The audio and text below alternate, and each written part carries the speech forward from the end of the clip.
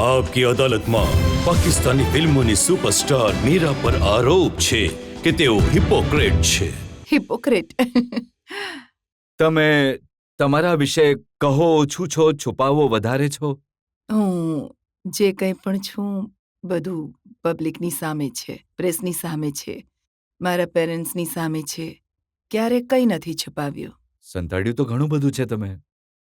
તમને કઈ રીતે ખબર? તમે કોઈ સ્ટિંગ ઓપરેશન કર્યું છે? તમારું સાચું નામ રૂબાબ છે એ તમે ક્યારેય કોઈને નથી કહ્યું? સાચું નામ? જી હા, ફેમિલી નેમ. ને તમે જ્યારે પહેલી ફિલ્મ કરી એ સમયે તમારું નામ ઇર્તજા રાખવામાં આવ્યું હતું? નહીં, આ પણ મારું ફેમિલી નેમ છે. કેટલા બધા ફેમિલી નેમ છે તમારા?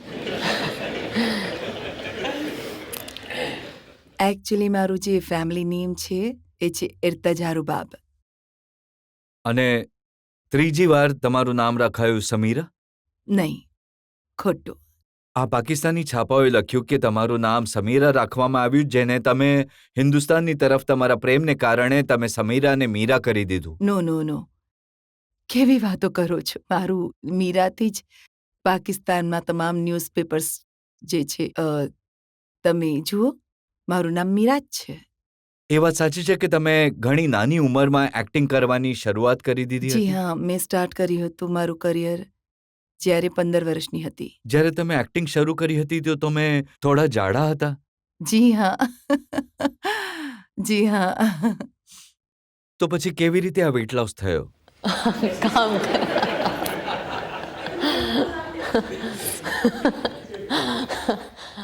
કામ કરી કરીને ડે નાઇટ શૂટિંગ્સની સાથે વેટ કંટ્રોલ થયું. તમારી પહેલી ફિલ્મ 1995માં કાંટા રિલીઝ થઈ હતી, પણ તમે એના વિશે વધારે નથી કહેતા. તમે લોકોને પહેલી ફિલ્મ જણાવો છો ચીફ સાહેબ, જે 96માં રિલીઝ થઈ હતી. મેં સૌથી પહેલા સાઇન કરી હતી ફિલ્મ ચીફ સાહબ, પણ કાંટા 1 મહિના પહેલા રિલીઝ થઈ ગઈ. અને હિટ થઈ ચીફ જી સાહેબ. હા, સિમ્પલ લવ સ્ટોરી, એક પૈસાદાર બાપની દીકરી અને એક ગરીબ પરિવારનો છોકરો જે મને ઘણું લાઈક કરે છે, અને મારા જે પેરેન્ટ્સ છે એ નથી ઈચ્છતા કે હું એની સાથે લગ્ન કરું, એટલે કેમ કે હું ઘણા પૈસાદાર બાપની દીકરી છું. જ્યારે તમે ફિલ્મોમાં કામ કરવાનું શરૂ કર્યું તો પહેલીવાર પાકિસ્તાની ફિલ્મોમાં એક એવી છોકરી દેખાઈ જેણે શરૂમાં લોકો પાકીઝા કહેતા હતા, પછી ફટાકો કહેવા લાગ્યા. પહેલા પાકીઝા, પછી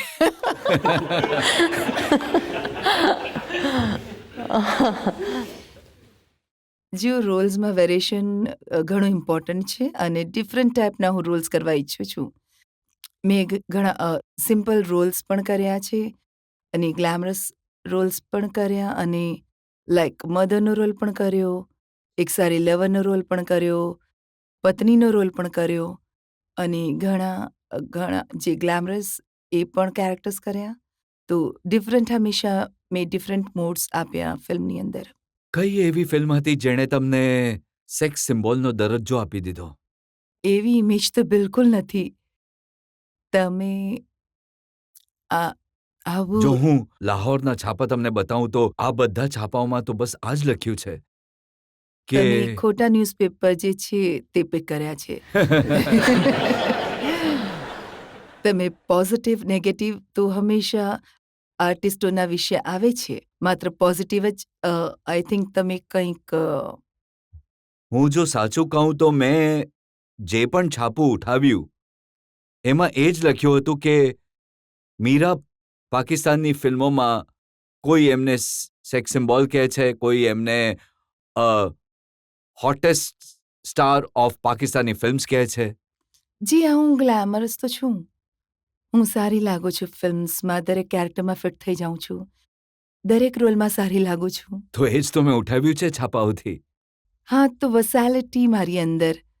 જો આ મારા કેરેક્ટરનો સંબંધ જો સેક્સી ફિલ્મ છે કે સેક્સી લુક છે તો હું સેક્સી ગર્લ બની જાઉં છું, અને જો સિમ્પલ છોકરીનો રોલ છે તો હું સિમ્પલ બની જાઉં છું, જો સિરિયસ છોકરીનો રોલ છે તો હું સિરિયસ બની જાઉં છું, જો આંધળી છોકરીનો રોલ છે તો હું આંધળી બની પણ જાઉં જે છું. પણ હોય ઘણા સુંદર દેખાવા ઈચ્છો છો તમે.